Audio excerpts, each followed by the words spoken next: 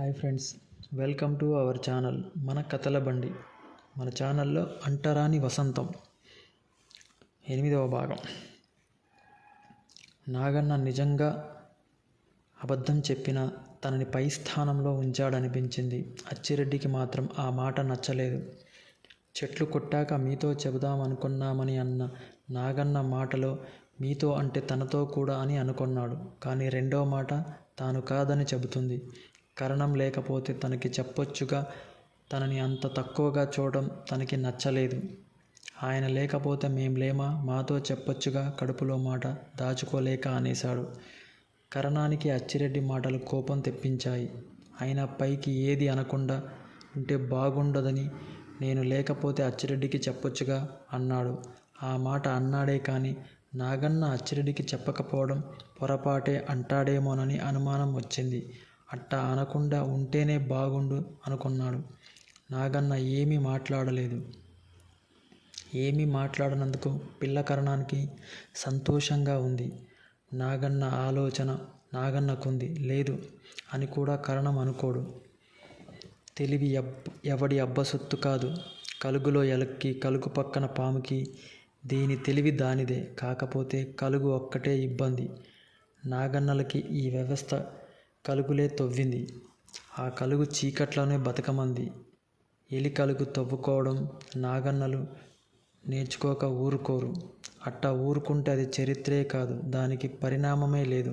ఎవరో ఒక జడల ఋషి చరిత్రంటే ఇదే అని రాసి పారేస్తే చెత్తలా ఉంటుంది. చేలగట్లలో ఉండే ఎలక తవ్వుకునే కలుగుకి రెండో దారి కూడా ఉంటుంది. అదే ఏలి కలుగు. ఆ దారి ఏర్పాటు చేసుకోవడం కాస్త ఆలస్యంగా చేసుకోవచ్చు, అంతే తేడా. పిల్లకరణం నాగన్న కేసి చూస్తున్నాడు. అచ్చిరెడ్డి మాత్రం నాగన్న నోటి గుండా ఏ మాట రాకపోవడం సహించలేకపోతున్నాడు. అసలు ఈ అలగా జనంతో అంత నింపాతిగా మాట్లాడమే తప్పనే నిర్ణయానికి వచ్చాడు. నోటికి బూతులు వస్తున్నాయి. పిల్లకరణం గమనిస్తూనే ఉన్నాడు. అతను గమనిస్తుంది అచ్చిరెడ్డిని కాదు, అతని మాటల్ని కాదు. అచ్చిరెడ్డి నోట బూతులు వస్తున్నప్పుడు పిట్టోడి కళ్ళని గమనిస్తున్నాడు. ముసలయ్య చూపుల్ని చదువుతున్నాడు. ఇబ్బందిగా కదిలే పోలయ్యని ఆలోచిస్తున్నాడు. ఆ చూపుల్లో అసహనాన్ని, ఆ కదలికల్లో అంటరాని కరణం లెక్కలతో సరిచూచుకుంటున్నాడు. తండ్రి మరణం ఇప్పుడు తీసివేతల్లోకొచ్చింది. అచ్చిరెడ్డి ప్రవర్తన కూడికల్లోకొచ్చింది. ఆ భూమి వాళ్ళకి చెందితేనే మంచిదనుకున్నాడు. ఒకనాటి తెలివి కాదది. విభజించి పాలించడం తెల్లవాడు ఈ నేల మీద కొత్తగా ప్రయోగించింది కాదు, ఉన్నదాన్ని వాడుకున్నది మాత్రమే. పెద్ద కరణం మాలల్ని మాదిగల్ని విభజిస్తూ వచ్చాడు. వాళ్ళు కలవకుండా అన్ని గీతలు శాస్త్రీయ రీత్యా గీశాడు. అప్పుడు తమ వలయంలో తమ హోదా స్థాయిలో అచ్చిరెడ్డి లేరు. ఇంత చేసుకోరా అచ్చిరెడ్డి అని గీత గీస్తే అంత చేసుకొని తనకివ్వాల్సింది తనకిచ్చి మిగిలిందే ఉంచుకొన్నాడు. పిల్లకరణం రోజుల్లో హోదా స్థాయిలో కొట్టొచ్చిన మార్పు కనిపించింది. గీత గీసి ఇస్తే తీసుకునే స్థితిలో అచ్చిరెడ్లు లేరు. ఒకప్పుడు ఏం చేద్దాం పంతులు అంటూ వచ్చేవాడు బుక్కిరెడ్డి. కానీ ఇప్పుడు నేనైతేనా అంటున్నాడు. పిల్లకరణం విభజనలో పావుల్ని మరొక వైపు కదుపుతున్నాడు. అచ్చిరెడ్డికి చెబితే బాగుండేది. ఆ మాట చాలా తేలిగ్గా 3 సార్లు అన్నాడు. అయినా దెయ్యాల దిబ్బ దెయ్యాలనే తిన్ని అచ్చిరెడ్డి అని లేచాడు. ఏమైనా రచ్చ తన మాటలతో ఆగాలనుకున్నాడు. ఇక వెళ్దాం ఆ మాటలంటూ లేచాడు. అచ్చిరెడ్డి అయిష్టంగానే లేచాడు. దారిలో అచ్చిరెడ్డితో అన్నాడు, కాపురాలైతే తలలపై ఉండకూడదు. మాలాడి దిబ్బ వాళ్ళ బాగు చేసింది కాపురాలు ఉండడానికి కాదు కదా అంటూ చెప్పకపోయాడు. అచ్చిరెడ్డికి ఎన్ని చెప్పినా వెల్తీగానే ఉంది. సమస్య అట్టా పరిష్కారం అవుతుందని పిట్టోడు అనుకోలేదు. చెట్టు కొట్టాక మీతో చెబుదామనుకున్నాం అని నాగన్న అనటం కూడా పిట్టోడికి నచ్చలేదు. పోలడుతో ఆ మాట అంటే అంతకన్నా ఏదంట్రా అల్లుడా అన్నాడు. ముసలయ్య మాత్రం నాకు అంత బాగాలేదు అన్నాడు. ఆ రాత్రి నాగన్నను నిలేసి అడిగాడు. నాగన్న నవ్వి ఊరుకోలేదు. తన ఆలోచన విడమరిచి చెప్పాడు. వాళ్ళు చేను దగ్గరికి దొమ్మిగా రాలేదు, రచ్చ పెట్టారు. రచ్చలో అచ్చిరెడ్డికి పిల్లకరణానికి కొంత ఎడమ ఏర్పడుతున్నట్లు అనిపించింది. అందుకే అట్లా మాట్లాడానన్నాడు. అది దెయ్యం దిబ్బ కాబట్టి దానితో ముడిపడి పెద్ద కరణం చావు కూడా ఉంది అని కరణం అనుకుంటున్నాడు కాబట్టి ఆ భూమి దక్కింది, లేకపోతే అంత తేలికగా కాదు అని నాగన్న అన్నాడు. కారణాలు ఏమైనా కావచ్చు. మాలాడి దిబ్బ, మాలమాదిగలు సాగులోకి తెచ్చారు. తలో చెక్క పంచుకున్నారు. వాళ్ళు గుర్తుంచుకోవాల్సింది నారిగాన్ని, మాతయ్యని. అక్కడ వాళ్ళ త్యాగం ఉంది, వాళ్ళ సాహసం ఉంది, చిందించిన నెత్తురు ఉంది, తీర్చుకున్న నెత్తుడు బాకీ ఉంది. చరిత్ర అట్టా సాగింది. శంభూకుడి తల, ఏకలవ్యుడి బొటనవేలు అవి మాత్రమే కాదు, వాటితోనే దళిత చరిత్ర ఉదాహరణలు ఆగిపోలేదు. చరిత్రకందని అందినా పట్టించుకొని అంటరాని వాళ్ళు తిరుగుబాట్లు, పోరాటాలు, త్యాగాలు, సాహసాలు వెలుగుకు నోచుకోకుండా చీకట్లోనే కలిసిపోయాయి. తెలిసి తెలియక మాట్లాడేవాళ్ళు మాట్లాడుతూనే ఉంటారు. కానీ మాలమాదిగల పోరాటం ఆదర్శం కాదు, అవసరం కాబట్టే నారిగాళ్ళు, మాతయ్యలు అంత సాహసాలు చేశారు. ఈ దేశం పోరాట చరిత్రలో వాళ్ళ నెత్తురితో తడవని పూట లేదు, వాళ్ళ సాహసాలతో ముడిపడలేని సందర్భము లేదు. భూమి కోసం పోరాడారు, భుక్తి కోసం పోరాడారు, ఆత్మగౌరవం కోసం పోరాడారు. వర్తమానం కూడా అదే, వర్తమాన పోరాట జీవితం కూడా అదే. అది ఆదర్శం కాదు, అవసరం. నిజానికి మాలాడి దిబ్బ సేద్యం జరిగింది, పాతబడిపోయింది. కానీ ఎల్లన్న ఆటలో దాగిన ఆత్మగౌరవం దగ్గర అచ్చిరెడ్డికి, పిల్లకరణానికి అది మరోసారి గుర్తొచ్చింది. మాలాడి దిబ్బని వదులుకోవడం పిల్లకరణం తేలిగ్గా తీసుకున్నాడు. కానీ ఎల్లన్న ఆట కరణం స్థాయిలో మాలమాదిగ పెద్దల్ని ఉంచడం మాత్రం సహించలేకపోయాడు. అది తీవ్రమైన ధిక్కారంగా భావించాడు. కాకపోతే మట్టి తన చేతికి అంటకూడదనే ఆలోచనతో ఉన్నాడు. అందుకే అచ్చిరెడ్డితో ఆ రోజు అడ్డుపడాల్సిందనే మాట అన్నాడు. ఆ రోజు జరిగిపోయింది తిరిగి జరిగేది కాదు. కాకపోతే నీ మాట వినలేదు రెడ్డి అనే అర్థం వచ్చేలా మాట్లాడితే అచ్చిరెడ్డి బండిపరం భుజాల మీదకి ఎత్తుకుంటాడు. నిజంగా అట్టాగే జరిగింది. అచ్చిరెడ్డిని రెచ్చగొట్టి పిల్లకరణం కూతురి దగ్గరికి వెళ్ళాడు. రెచ్చిపోయిన అచ్చిరెడ్డి ఏకంగా దిబ్బలమిట్టకే బయలుదేరాడు. దిబ్బలమిట్టలో విచిత్ర వాతావరణం నాగన్నకి, ఎల్లన్నకి ఎదురైంది. వాళ్ళతో మాట్లాడడానికి ఆ రెండు పల్లెల్లో వాళ్ళు ఇబ్బంది పడుతున్నారు. ఈ వాతావరణం పిట్టోడిని, ముసలయ్యని, పోలడిని ఇబ్బందిలో పెట్టింది. పెదమాల మాదిగ పెద్ద కూడబలుక్కొని చెప్పినట్లు ఇదంతా మేం చెయ్యగలిగింది ఏదీ లేనట్టు మమ్మల్ని పిలవకుండా ఆట ఆడండి అని చెప్పారు. అట్టా కాకపోతే మేము బుక్కిరెడ్డిని ఎదుర్కొని నిలబడలేమన్నారు. అచ్చిరెడ్డి కూడా దిబ్బమిట్టలో ఉన్న సమాచారం తెలిసింది. చుట్టుపట్ట ఊళ్ళ రెడ్లు ఎడ్ల బండిలో దిబ్బలమిట్టకు వస్తున్నారని, ఏ క్షణాన్నైనా పల్లె మీద పడతారనే పుకారు పుట్టింది. ఆత్మగౌరవం ఖరీదు చాలా ఎక్కువే అనుకున్నాడు నాగన్న. కరణానికి లేని గొప్ప అచ్చిరెడ్డి ఆడి మామకు ఎందుకొచ్చింది? కరణానికి లేని ఎవరున్నారని రెచ్చగొట్టిన తన్నుకొన్నాడు. ఊళ్ళో జనం వత్తారు, పెద్దాళ్ళని ఆట పిలవకపోతే మాటే ఆడండి అన్నారు. ఎల్లన్న ఆట చూడాలని ఆడాళ్ళు, ముసలాళ్ళు ఇదైపోతున్నారు. అట్ట పిలవకుండా ఆడుకోండ్రని బుక్కిరెడ్డి అన్నాడు. ఆడు ఎట్ట ఆడమంటే అట్ట ఆడడానికి మనం కట్టుమడి గొడ్లమా? పెద్ద మొగోడోయ్.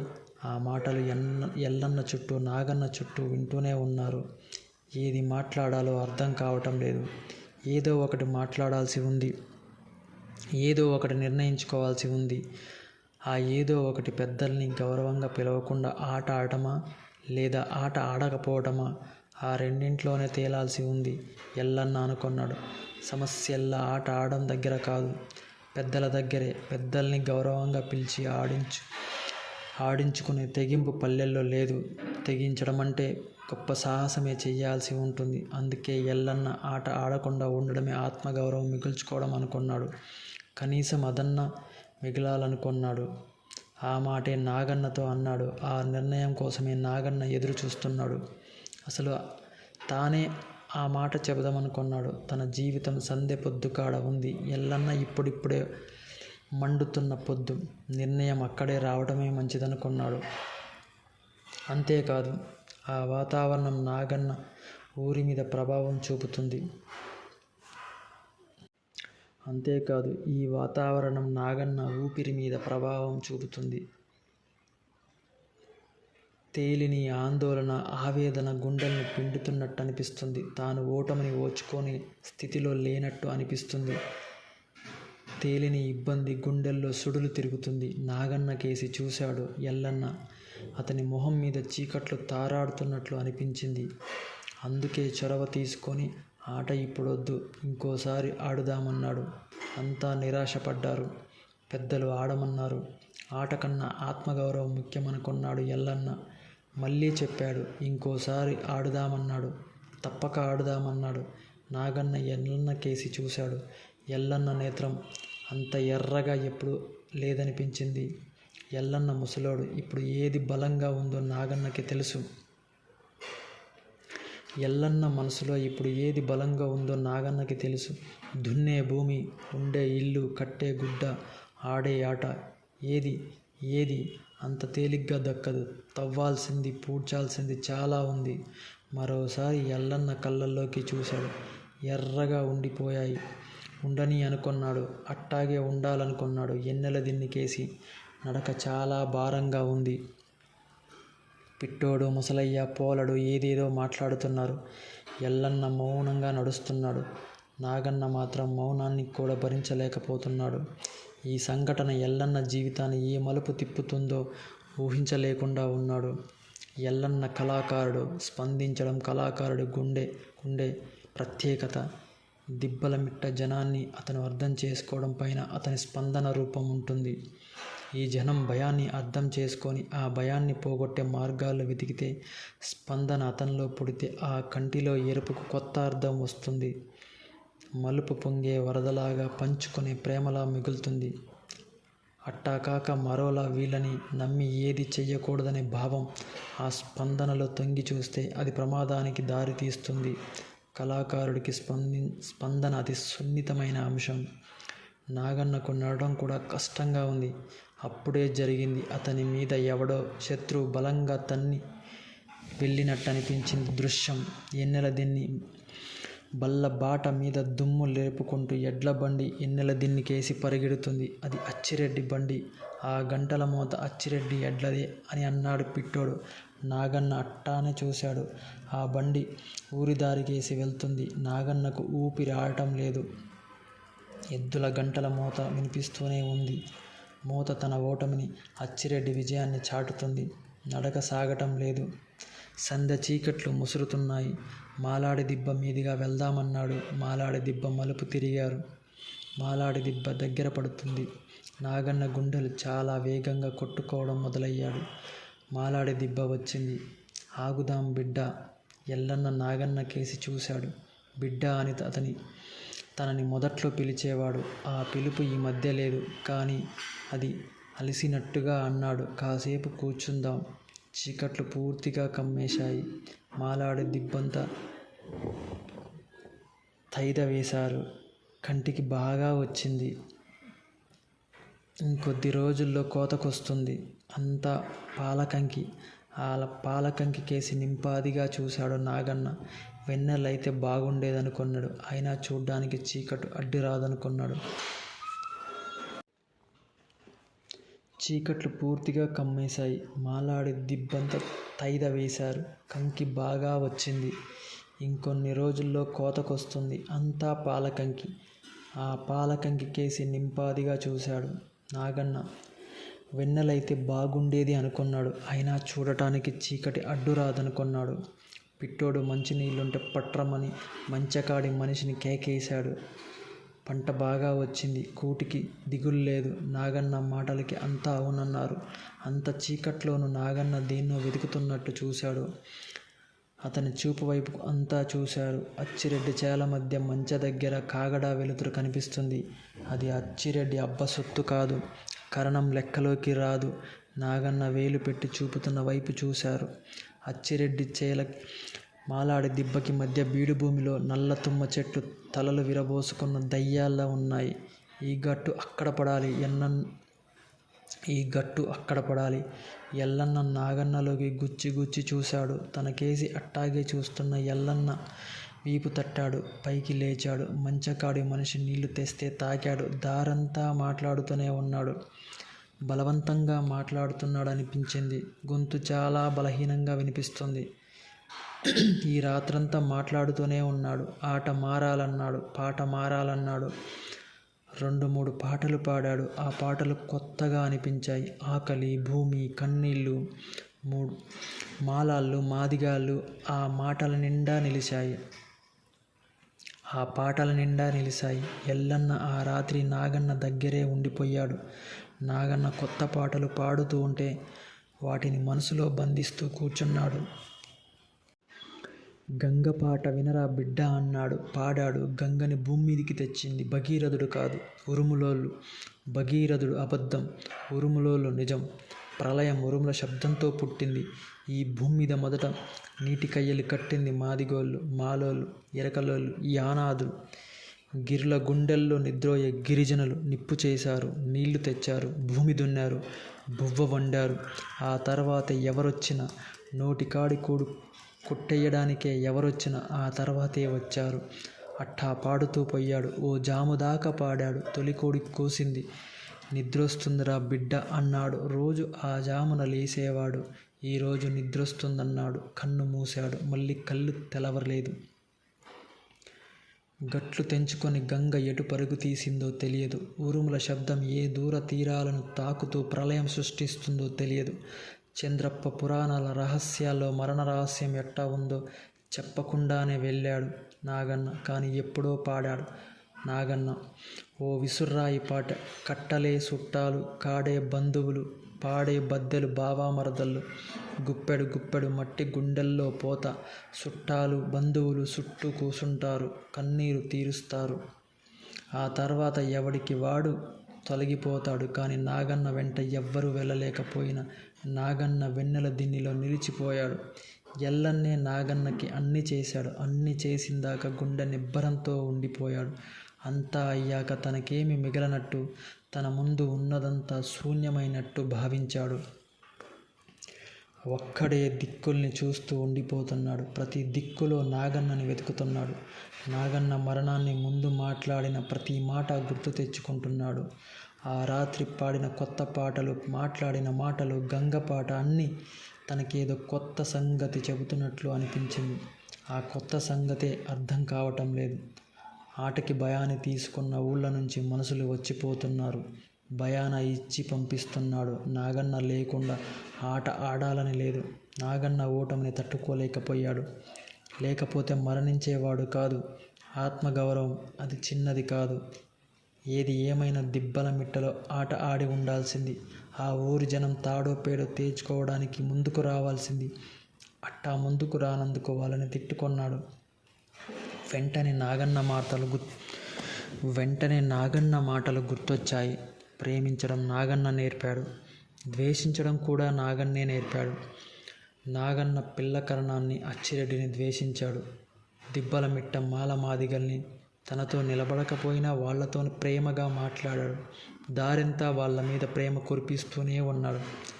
మాలాడి దిబ్బ దగ్గర అంత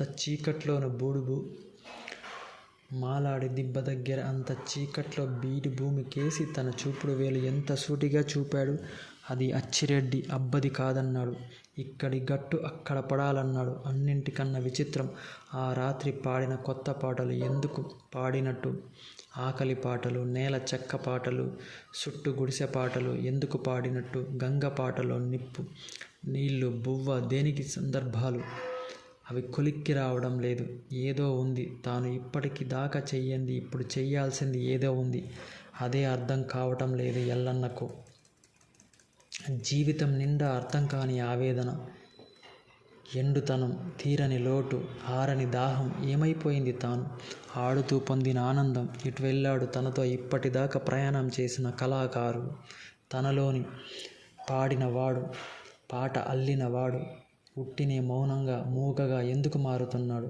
అట్టా అని ఎల్లన్న పూర్తిగా మౌని కాలేదు, మూగ కాలేదు. కాకపోతే నీడలే తన సృజన పైన తారాడుతున్నాయి. సమాజానికి తనకి ఉన్న సంబంధం బలహీనపడుతుంది. ఇంకా ఇక్కడే ఉంటే అది బలహీనపడటమే కాదు, తెగిపోయే ప్రమాదం కూడా ఉంది. తాను పాడాడు. పాట పాడడానికి ఇప్పటిదాకా ఆనందమే, ఆత్మసంతృప్తి కారణం. దానికి ప్రేరణ ఎక్కడుంది? ఎక్కడో ఉంది. ఆ అన్వేషణే ఇదంతా. చెట్టు, పుట్ట, కాకి, కోకిల, కన్నీళ్ళు, పన్నీళ్ళు, ఆకలి, చేను, చెలక. మళ్ళీ అనుకుంటే ఆకలి, చేను, చెలక, ఇంకా ఇంకా చేను, చెలక, ఆకలి, ఆత్మగౌరవం. అక్కడే ఆగింది. అంతా అక్కడే ఆగింది. ఇక్కడి గట్టు అక్కడ పడాలి. అచ్చిరెడ్డి చేల దగ్గర, సరిగ్గా అక్కడ. నిజంగానే అక్కడే పడాలి.